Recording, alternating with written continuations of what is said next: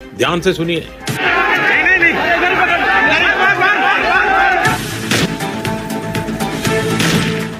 नमस्कार दोस्तों, स्वागत है आप सभी का एक बार फिर से। तो आइए नजर डालते हैं आज दिन भर की तमाम बड़ी खबरें, मुख्य समाचार, today breaking news, headlines news, सभी खबरें महत्वपूर्ण और काम की खबर है। तो वीडियो में बने रहिए और वीडियो को पूरा लास्ट तक जरूर देखिए। तो बढ़ते हैं आज की पहली बड़ी खबर की ओर। दिल्ली में एक सप्ताह तक बढ़ाया गया लॉकडाउन, मेट्रो सेवा भी आज से रहेगी बंद। बता दें कि दिल्ली में बेकाबू होते कोरोना वायरस संक्रमण को देखते हुए सीएम अरविंद केजरीवाल ने लॉकडाउन को एक सप्ताह के लिए और बढ़ा दिया है। सीएम ने प्रेस कॉन्फ्रेंस के जरिए यह जानकारी दी। अब दिल्ली में 17 मई से सुबह 5 बजे तक लॉकडाउन रहेगा। वहीं आज से दिल्ली में मेट्रो सेवा को भी पूरी तरह से बंद कर दिया गया है। कोरोना के बढ़ते मामलों के बीच दिल्ली से एक राहत भरी खबर आई है। दिल्ली में कोरोना वायरस का पॉजिटिविटी रेट 35% से घटकर 23% पर आ गया है। बाबा रामदेव के खिलाफ फोर्डा ने की कड़ी कार्रवाई की मांग, जानिए क्या है मामला। बता दें कि federation of residence doctor association ने योग गुरु बाबा रामदेव के खिलाफ कोरोना के इलाज के संबंध में उनकी कथित टिप्पणी को लेकर सख्त कार्रवाई की मांग की है। एसोसिएशन ने आज एक प्रेस रिलीज जारी करके योग गुरु पर डॉक्टरों के खिलाफ आधारहीन आरोप लगाने का आरोप लगाया है और चेतावनी दी है कि इस वजह से स्वास्थ्य सेवाओं पर असर पड़ सकता है और मोर्टिलिटी और मॉर्बिडिटी भी बढ़ सकती है। एसोसिएशन ने अपनी प्रेस रिलीज को प्रधानमंत्री, गृह मंत्री, आयुष मंत्रालय, गृह मंत्रालय, केंद्रीय स्वास्थ्य मंत्री समेत कुछ चुनिंदा मीडिया हाउस को भी टैग करके ट्वीट किया है।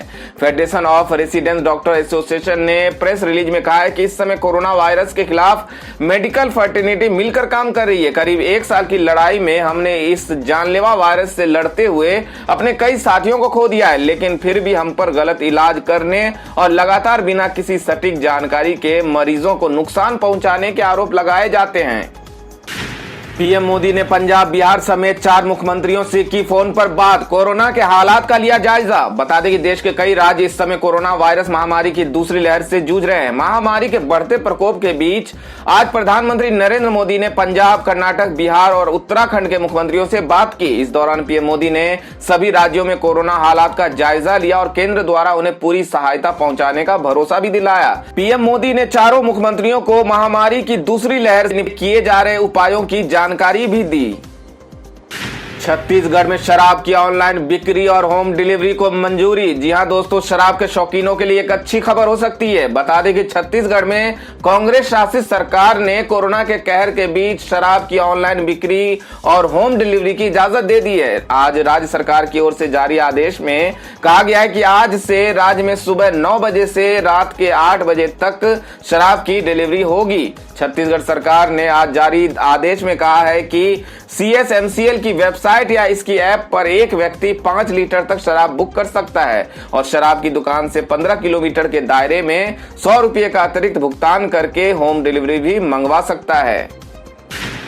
उत्तर प्रदेश में फिर बढ़ाया गया लॉकडाउन, अब 17 मई तक रहेंगी पाबंदियां। बता दें कि कोरोना वायरस के बढ़ते संक्रमण के कारण उत्तर प्रदेश में हाहाकार मचा हुआ है। कोरोना के इस बढ़ते संक्रमण को रोकने के लिए प्रदेश की योगी आदित्यनाथ सरकार लॉकडाउन को 17 मई तक सोमवार की सुबह 7 बजे तक एक बार फिर से बढ़ा दिया है। हालांकि इस दौरान पहले की तरह ही जरूरी सेवाओं की छूट रहेगी। लॉकडाउन बढ़ाने का फैसला टीम 11 के साथ बैठक के बाद प्रदेश के मुखिया योगी आदित्यनाथ ने लिया है।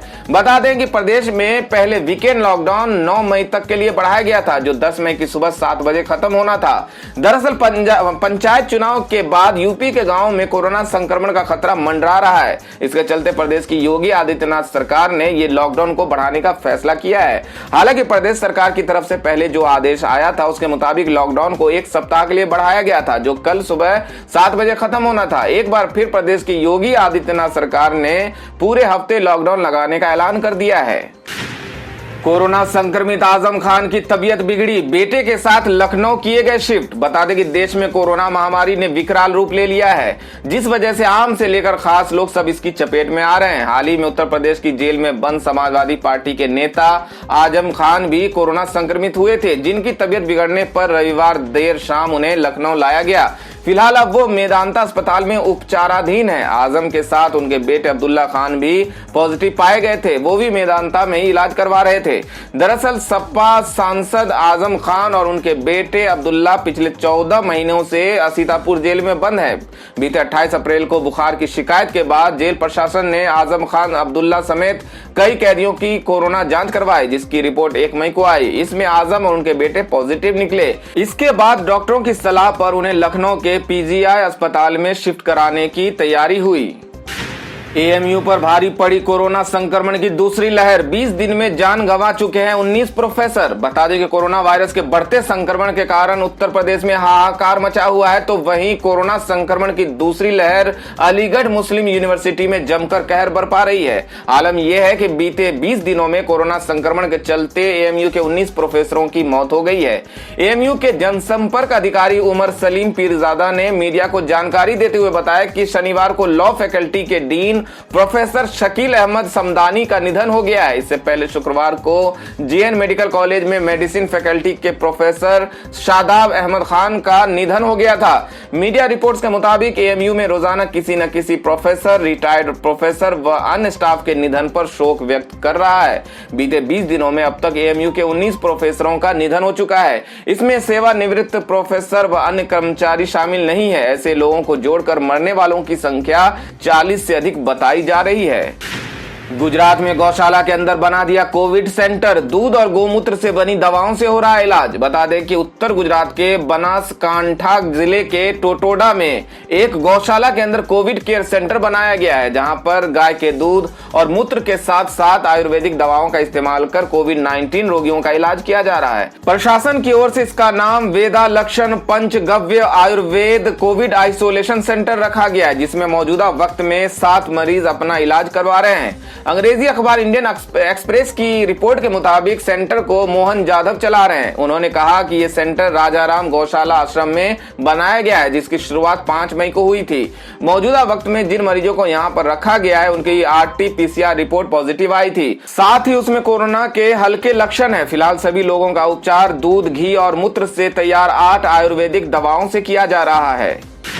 कोरोना मरीजों के लिए हरियाणा सरकार घर घर फ्री बंटवा रही है इन 15 चीजों से भरा बॉक्स। बता दें कि हरियाणा के स्वास्थ्य मंत्री अनिल विज ने कहा है कि होम आइसोलेशन में रह रहे कोरोना मरीजों के लिए किट बांटी जा रही है, जिसमें मरीजों के लिए कई जरूरी चीजें होती है। एक बुकलेट भी होती है जिसमें कोरोना बीमारी व उसके उपचार से संबंधित अहम जानकारी दी गई है।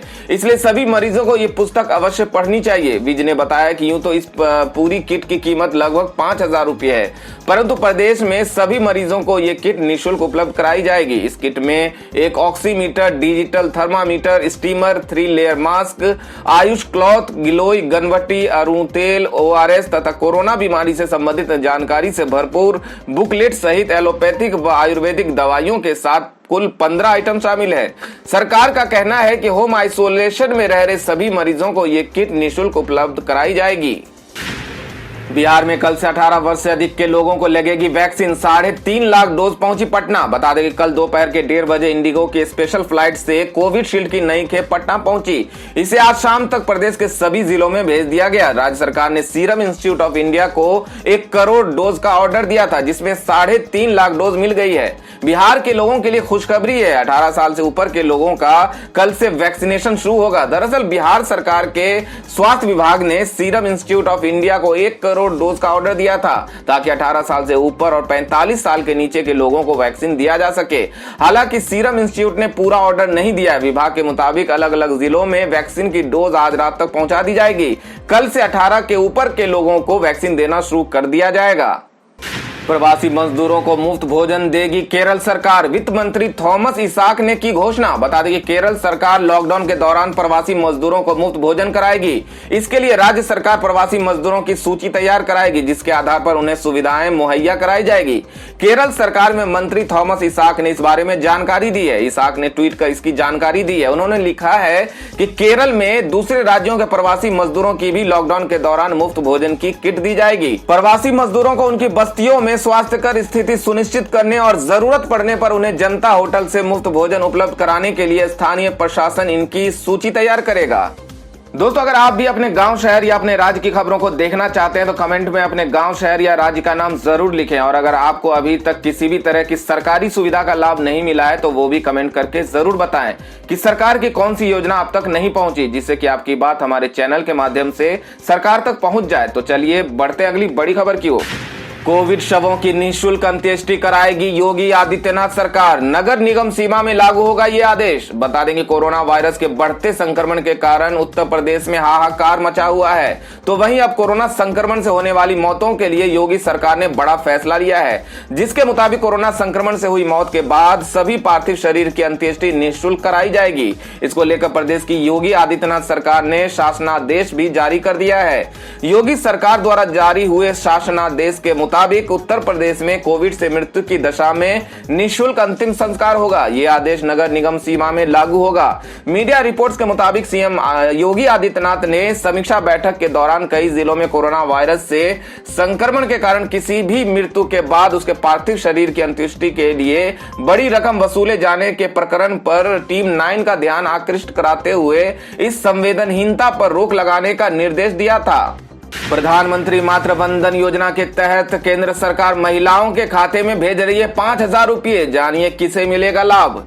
बता दें कि केंद्र सरकार गर्भवती महिलाओं के खाते में 5,000 रुपये दे रही है। मातृ वंदन योजना के तहत 5,000 रुपये 3 अलग अलग किस्तों में दी जा रही है, लेकिन 19 साल से पहले गर्भवती हुई महिलाओं को इसका लाभ नहीं मिलेगा। योजना के तहत पहली बार गर्भवती होने पर पोषण के लिए 5,000 रुपये गर्भवती के खाते में दिए जाते हैं। इसकी पहली किस्त 1,000 रुपये की गर्भधारण के 150 दिनों के अंदर गर्भवती महिला का पंजीकरण होने पर दिया जाता है, जबकि दूसरी किस्त 2,000 रुपये 180 दिनों के अंदर और कम से कम एक प्रसव पूर्व जांच हो जाने पर दिए जाते हैं, जबकि तीसरी किस्त 2,000 रुपये की प्रसव के बाद और शिशु के प्रथम टीकाकरण का चक्र पूर्ण होने पर मिलते हैं।